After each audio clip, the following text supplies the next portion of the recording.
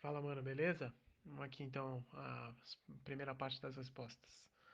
A primeira pergunta, né? Eu que agradeço pelo convite e você pergunta, né, qual, eu queria saber a sua visão, o que mais vai mudar no futebol com essa pandemia. É uma pergunta difícil, porque eu acho que tá tudo muito aberto e a gente ainda não tem muita definição, né, de como vai ser a vida daqui pra frente. Por exemplo, os campeonatos nacionais estão voltando aos poucos, né? Como voltou na Alemanha esse final de semana, como você viu e tal. Mas ao mesmo tempo, hoje a Escócia disse que ia fechar. E uma coisa é você conseguir realizar as partidas que faltam numa temporada nacional, né? Mas e o futebol continental?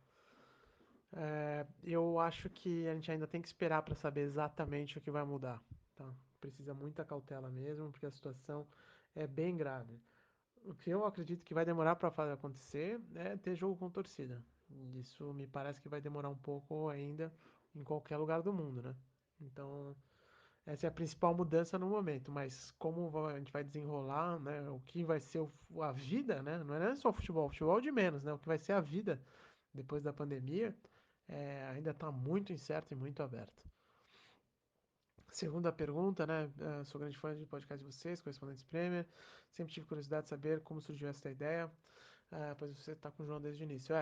Exato. Na verdade, aconteceu o seguinte: eu tinha um outro podcast aqui que se chamava Deu Liga, que na verdade era um projeto com outros amigos sobre futebol europeu que a gente fazia. A gente já viajava como jornalistas. E aí o João ouviu o podcast e ele gostava. E aí ele teve a ideia, foi o João que teve a ideia de fazer um podcast sobre sobre a Premier League. E aí quando acabou, porque acabou a sociedade que eu tinha com esses outros colegas jornalistas, aí o João ficou sabendo, a gente já era amigo, né? A gente é amigo desde praticamente que eu mudei pra cá em 2010. E aí ele falou, pô, tô com essa ideia de montar um podcast sobre a Premier League, não quer fazer comigo? Aí a gente começou a fazer.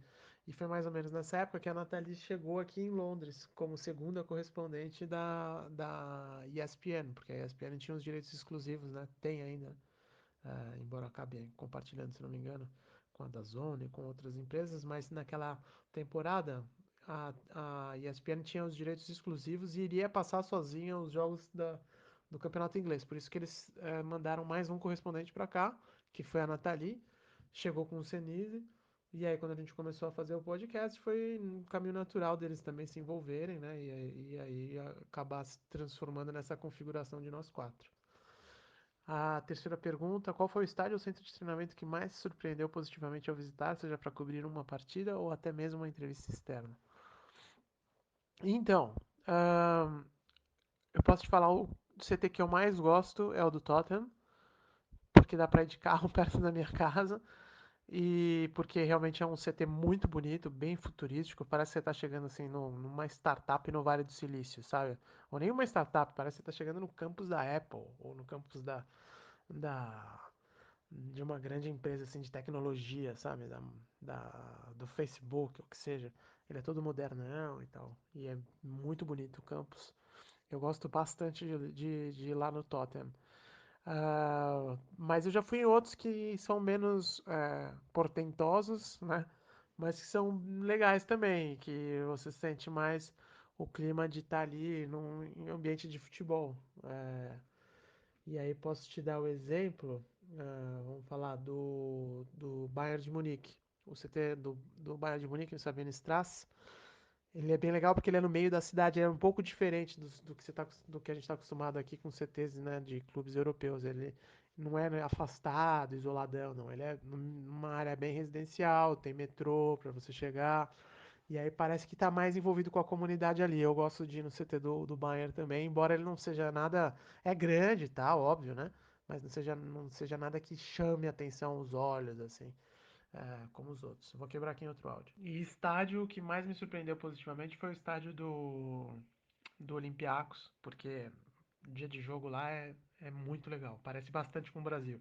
Tem churrasquinho, tem torcida fazendo bagunça do lado de fora, assim, mas sem confusão. Muitos torcedores, né? Camisa de jogador brasileiro, porque é óbvio, né? Rivaldo é ídolo lá, e então você vê muita camisa do Rivaldo e do Giovani também. Então, me senti em casa, assim, nesse sentido lá no estádio. E é Atenas, né? Atenas é uma cidade maravilhosa. Então, acho que o estádio que eu conheci que mais me chamou a atenção positivamente foi o estádio do Olympiacos.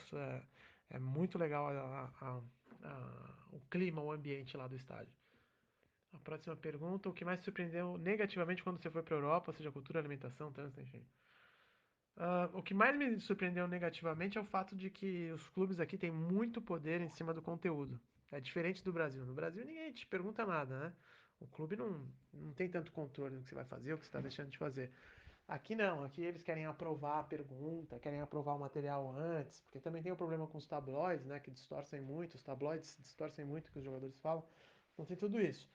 Mas eu acho que o que me surpreendeu negativamente, mais assim, quando eu cheguei aqui na Europa, foi esse controle que os assessores de imprensa têm sobre a mídia. Não tem como evitar, cara. Não tem como evitar. Eu vou fazer uma pausa aqui, eu já te mando as outras perguntas, porque eu tenho que entrar numa ligação agora, tá? Valeu! Depois da ligação, começou a gravação aqui do Correspondentes Premier e eu me enrolei. Então vamos lá, retomando as perguntas. Pergunta número 5, né? Foi onde eu parei. Você sempre pensou em ser jornalista? O que fez você, Ulisses Pequenino, querer trabalhar neste universo? Ah, cara, é o seguinte. Não, eu nem sempre quis ser jornalista. Na verdade, o jornalismo sempre teve muito forte na minha vida, presente na minha vida, muito forte, porque meu avô era na verdade, porque ele está vivo, um leitor contumaz, né? Sempre leu muito jornal, e aí por causa disso eu fui tendo esse contato com o jornal impresso, e ele também assistia noticiário um atrás do outro na televisão. Então começava o jornal o Boris, aí do Boris ele ia pro Jornal da Band, do Jornal da Band ele ia para Jornal Nacional, do Jornal Nacional ele ia para o Jornal da Cultura e tal, e era assim, à noite na casa dele era sempre com um jornal, então toda vez que eu ia lá eu tinha esse contato forte. Meu pai é jornalista também, mas quando eu terminei a escola eu queria ser sociólogo. E no fim eu prestei o vestibular que eu queria na universidade que eu queria entrar, não entrei e acabei prestando jornalismo como segunda opção e entrei em jornalismo e foi assim que a minha vida no jornalismo começou, mas não era a minha primeira opção não, minha primeira opção na verdade era me tornar sociólogo. Sobre os 11 ideais, né, os 11 mais legais que eu vi jogar, uh, vamos começar então no gol, claro. Acho que a escolha natural de todo mundo seria o Schmeichel, né? Mas eu vou com o Van der Sar por questões pessoais. Eu gostava muito dele, pessoalmente falando. É, então, acho que o meu goleiro seria o Schmeichel. Na direita, Gary Neville, sem lugar a dúvida. Ainda que o Trent Alexander-Arnold jogue muito, mas acho que ele ainda não chegou lá. Na zaga, Rio Ferdinand, com certeza. E o outro, Davi Luiz. Não, mentira. Terry, né? Acho que Terry é um bom nome. Terry é um bom nome. E na lateral direita. Não vou pôr o Terry, não. Vou pôr o Company. Porque o Company se machucava muito, é verdade, mas era muita elegância, né? Eu vou de Company. Company como meu zagueiro. E de lateral esquerdo, Ashley Cole. Aí chegamos na volância. Na volância, eu gosto muito do Kanté. Pra mim sempre vai ser Kanté. Embora seja uma posição ingrata, porque tem muito jogador bom aqui na Premier League, na volância. Depois teríamos que meter aí um time bastante. Bom, vamos com o Vieira. Vieira não pode ficar de fora. E Eden Hazard. Bom, e David Beckham. Aí é um time mais ofensivo, né? David Beckham. Aí teria Eden Hazard para fechar a história. Faltam quantos? Faltam três, né? Os três na frente. Hazard, Agüero e Eric Cantona. Pronto, para ser polêmico. Cantona também é um jogador único como ser humano. Então não estou colocando só como jogador, mas como ser humano também. Gostaria de ter Eric Cantona. Treinador, sem dúvida alguma, Sir Alex Ferguson. Cara, mico, assim, estádios não, é a pergunta número 7, né? Mas acho que a situação um pouco mais constrangedora que eu já passei é o seguinte, no alguns estádios aqui, quando você coloca a tua câmera dentro do gramado, você tem que ter uma proteção especial, né? Pra não os jogadores, se o jogador vier e tal e bater em você, ele não se machucar em volta do tripé. E eu tava fazendo uma filmagem, acho que era pra ESPN, e aí eu tava com a câmera, acho não, era pra ESPN, e aí tava com a câmera no estádio do Watford, que a posição fica, você fica literalmente dentro do campo, né? Atrás da linha, mas é o gramado ali ainda. Aí tinha que ter esse negócio que eles chamam de padding, e eu não tinha. E aí eu fui lá falar com os caras da Premier League, porque senão eles não deixam você montar a câmera. Aí ninguém tinha nenhum sobrando dessa proteção aí. E aí os caras falaram, ah, pega essa lona aí, ó. Aí eu peguei uma lona verde ali, e amontoei na frente do tripé e ficou um negócio ridículo, né? E aí depois meus camaradas viram na transmissão da ESPN e falaram, mano, era você aquele ridículo com uma lona aí, protegendo a câmera. E sim, era eu. Sobre os ídolos no jornalismo, eu acho que, bom, tem vários nomes que são referências, né? Mais do que ídolo, eu acho que é assim, referência. Que você olha o trabalho e fala, ah, eu queria fazer algo assim. O cara me inspira a escrever ou a filmar de tal forma. Então, eu vou citar dois para não ficar muito grande. Um aqui na Inglaterra, Louis Theroux, que é um documentarista. O nome dele se escreve Louis, Theroux. Louis Theroux. É uma referência que eu tenho aqui na Inglaterra muito forte. E no Brasil, outra referência, que é um cara que me inspira muito também, o jeito que escreve e tudo que já fez na carreira, é o Chico Sá. Chico Sá também é uma referência enorme pra mim.